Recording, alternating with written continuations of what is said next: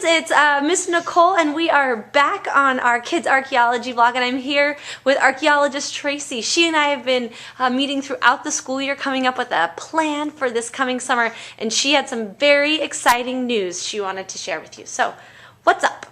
Hi everyone. Our very exciting news is that this summer, for the first time since 2008, we are going to be opening a new excavation area on the site. And this is really exciting because we have no idea what we're going to find, and it could be really amazing and it could not. But it's always really fun to start from topsoil when you don't know what you're going to have.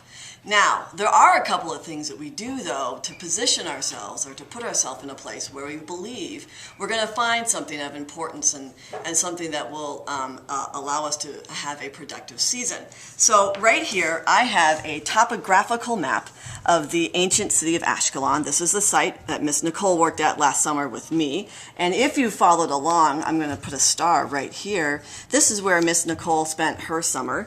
And I'm sure many of you have seen the videos that she did.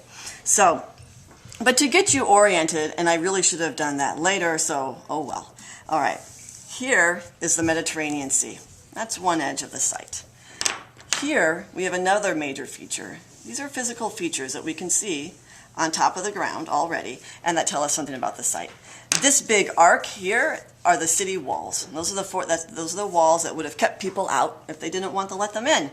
Another important feature that we know about and that helps us understand the city and think about where we want to work are the major streets like Lakeshore Drive or Michigan Avenue or Ashland.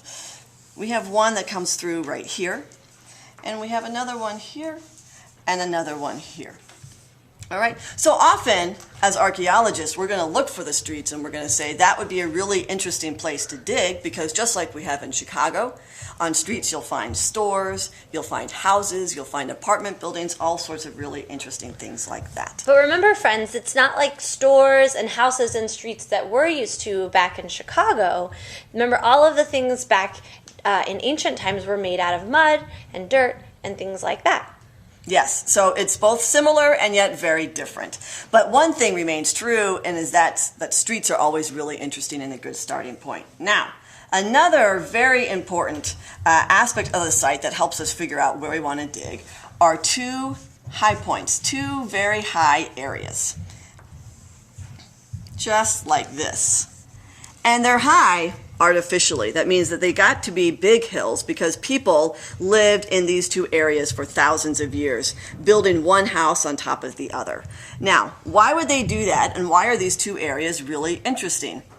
Well, first, if you've ever been to the top of the Sears Tower or the John Hancock building or in any tall building and you look out, the view is pretty spectacular, and it's really amazing to be able to see far and see lots of different things. So just like we appreciate a spectacular view today, many, many years ago, they also really liked to have a view from their houses or their palaces or buildings such as that.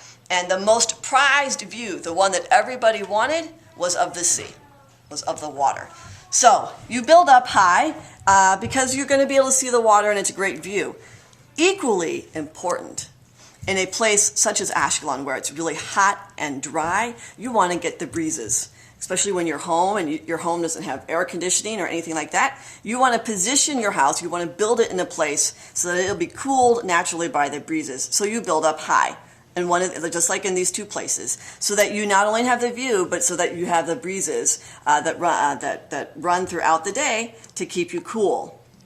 So we're going to take advantage of what we know about Ashkelon, about the site topographically from these main features that I've shown you, and we're going to open up a new area somewhere right in here, right there on the highest point of the site, where the views would have been the most spectacular and where the breezes would have been the best. Now, we know that that's where we want to dig, but that's still a really big area. So we have to decide within that area where we want to work. All right? And here's an image of that area. You can see what it looks like. And next time, we're going to talk about the technologies and the activities we're using to figure out exactly where we're going to excavate in that area.